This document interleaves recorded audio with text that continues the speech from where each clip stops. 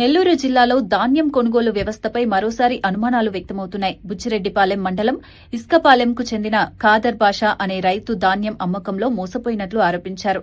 స్థానిక కొనుగోలు కేంద్రం ద్వారా ధాన్యం విక్రయించిన తనకు సిబ్బంది మరియు శ్రీరామ రైస్ మిల్లు నిర్వాహకుడు కుమ్మక్కై తరుగు పేరుతో భారీగా నష్టం కలిగించారని తెలిపారు. దాదాపు 70,000 రూపాయల వరకు నష్టపోయానని ఆవేదన వ్యక్తం చేశారు.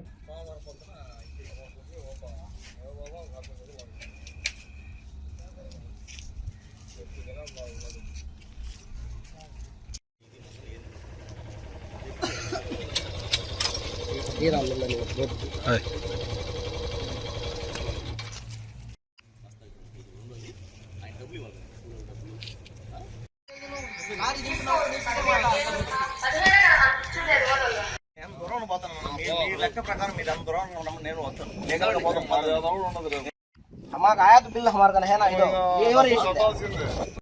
ఆయన ఈయన అంత చేసింది నేను మొత్తం చెప్పినట్టు ఏమైనా చెప్తే పోయి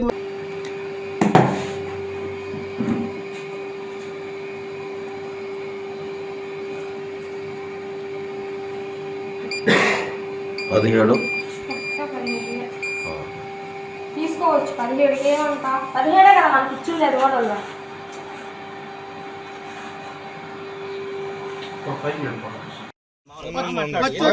లేదు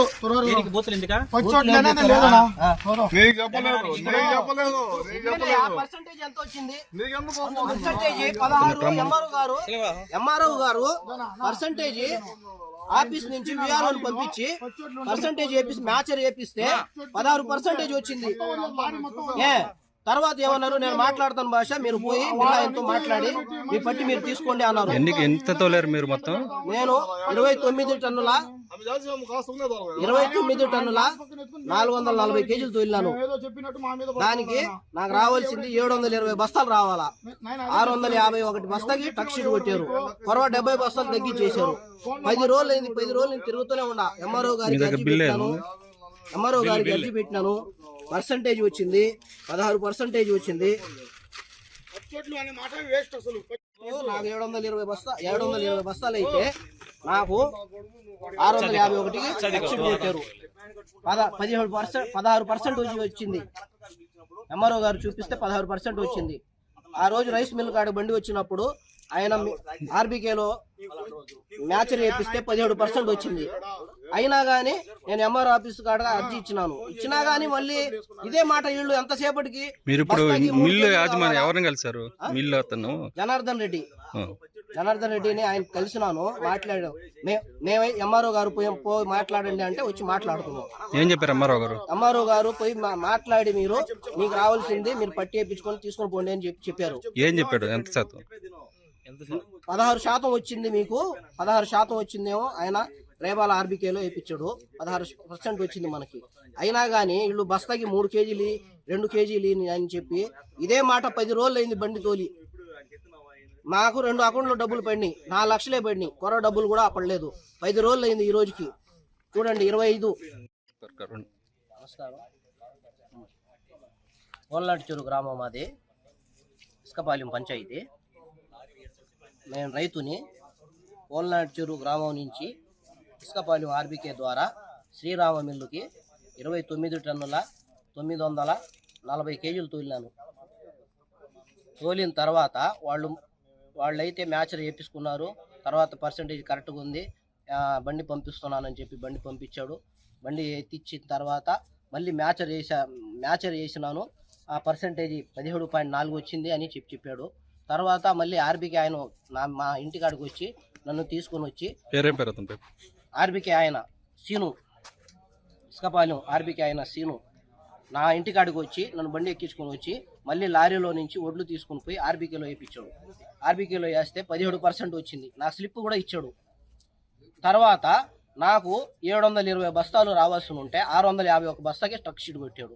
ఏందా ఇదే అంటే, నీకు రావాల్సింది ఇదేను, అది అంతేను, నువ్వేమైనా కావాలంటే నువ్వు పోయి ఎవరికైనా అర్జీ ఇచ్చుకో, ఎవరికైనా మాట్లాడుకో, కలెక్టర్ గారు కాడ మాట్లాడుకో, ఎవరికైనా మాట్లాడుకో. మిల్లోళ్ళు వీళ్ళందరూ డబ్బులు తీసుకొని కలెక్టర్ గారికి ఇచ్చేసి ఉంటారు. వాళ్ళ కాడ పోయినా కానీ నీకు సమస్య తీరదు అని చెప్పాడు. తర్వాత నేను ఎంఆర్ఓ గారికి మన సోమవారం రోజు అర్జీ ఇచ్చినాను.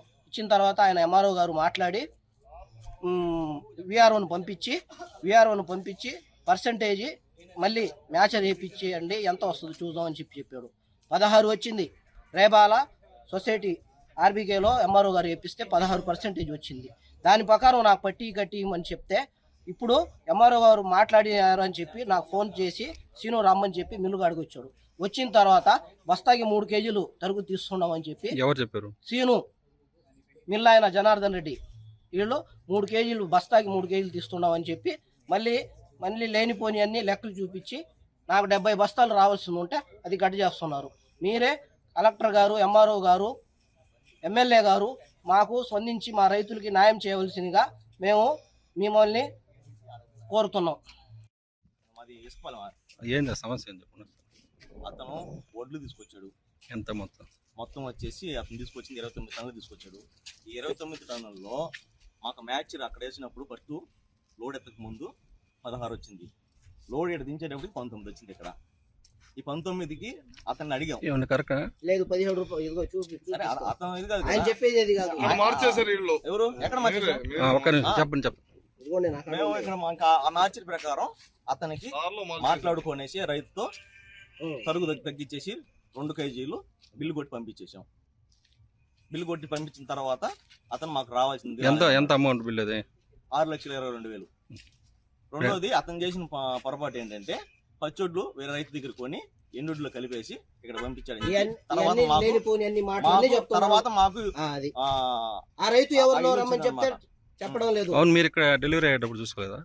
ఇక్కడ డెలివరీ అయ్యేప్పుడు చూసి డెలివరీ అయిన తర్వాత చూస్తే ఇక్కడ 19 వచ్చింది. ఇక్కడ ఇది ఎవరు చూపించారా? ఇక్కడ